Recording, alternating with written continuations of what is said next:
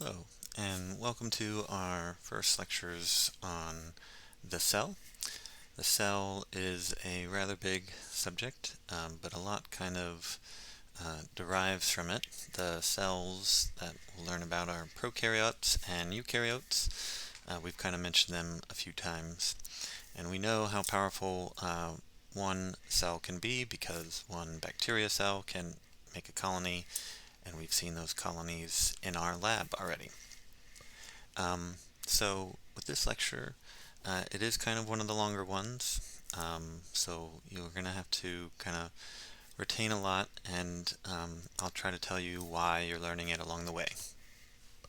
Okay, so with this PowerPoint, you want to be able to classify the organisms as prokaryotes and eukaryotes according to their cell structure. I'll be able to say something like cilia, and you'll be able to tell me if cilia is in a eukaryote or prokaryote or both.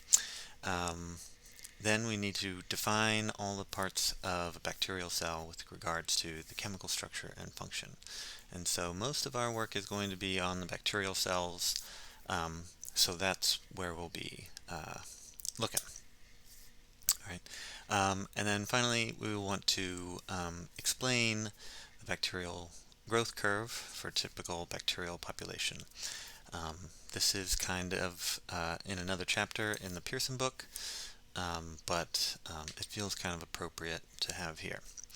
All right, so we're going to tackle this in 5 stages. We'll do the intro first, and then we'll learn how to differentiate between prokaryotes and eukaryotes.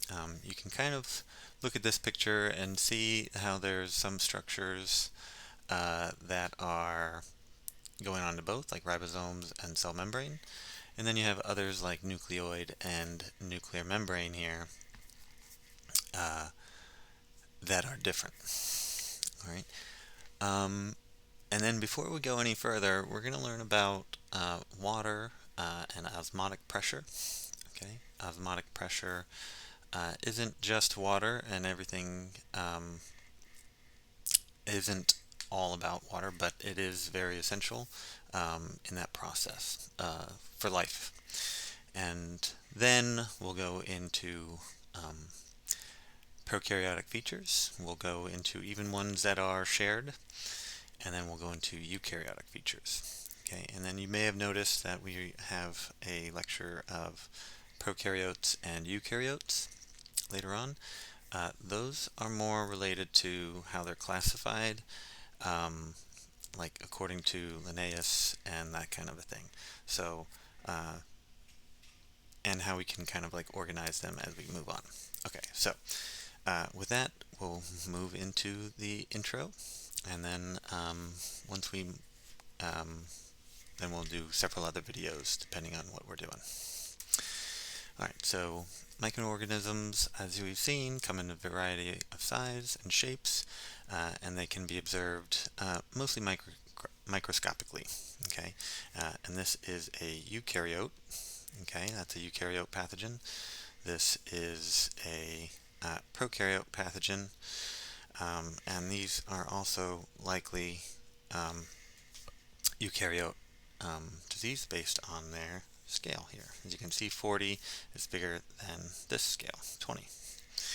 Okay, so it all started, the reason why we call cells is Robert Hooke saw them under a microscope, thought they looked like prison cells that he saw, prison rooms, and called them cells. So cell meaning room.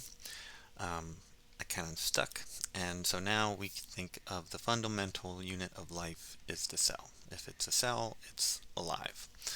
So in that sense, all organisms contain at least one cell. If it's one cell, it's unicellular.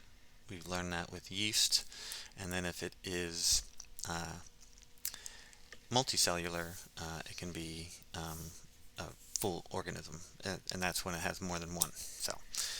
Okay, and then finally, cells can only come from other cells. That is the important part. That was spontaneous generation that we learned with the Reddy experiments.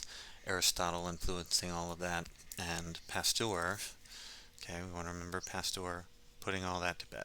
Okay, so we added some things to this chapter, microbial growth, and we took some other things out. We took out all the um, cell theory, and we took out all the spontaneous generation, because we kind of learned that in our intro micro lab lecture.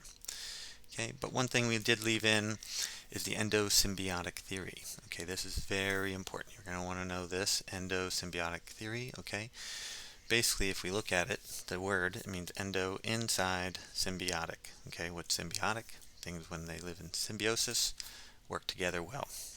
In the endosymbiotic theory, it is thought that there is this eukaryotic type cell with DNA, not like a nucleoid region like in bacteria, and eventually it ended up grabbing some prokaryotes, okay, and they took up shop in the cells, and instead of digesting them, we kind of assimilated them. So in a sense, they might have been kind of like diseases that didn't cause infection,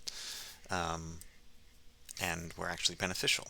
And so they've just kind of stuck around. And if you were a cell with them, you survived better than the other cells. And interestingly enough, this endosymbiotic theory is backed up by the genetic evidence.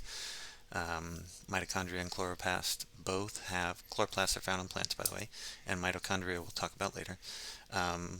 Mitochondria and chloroplasts have DNA themselves, and that DNA is very similar to prokaryotic DNA. So the evidence supports this theory pretty well. And then the final part of this video, before we go into the next session, will be the domains. Okay, and just to remind you all, we had the phylogeny trees with Haeckel and Linnaeus and Whitaker, and you'll want to know those names.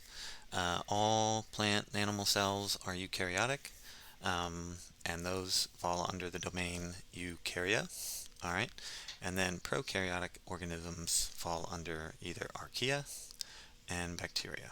Okay, and both of those, Archaea and bacteria, we kind of talk about in the prokaryote lecture moving forward. All right, so come back for more about prokaryotes versus eukaryotes.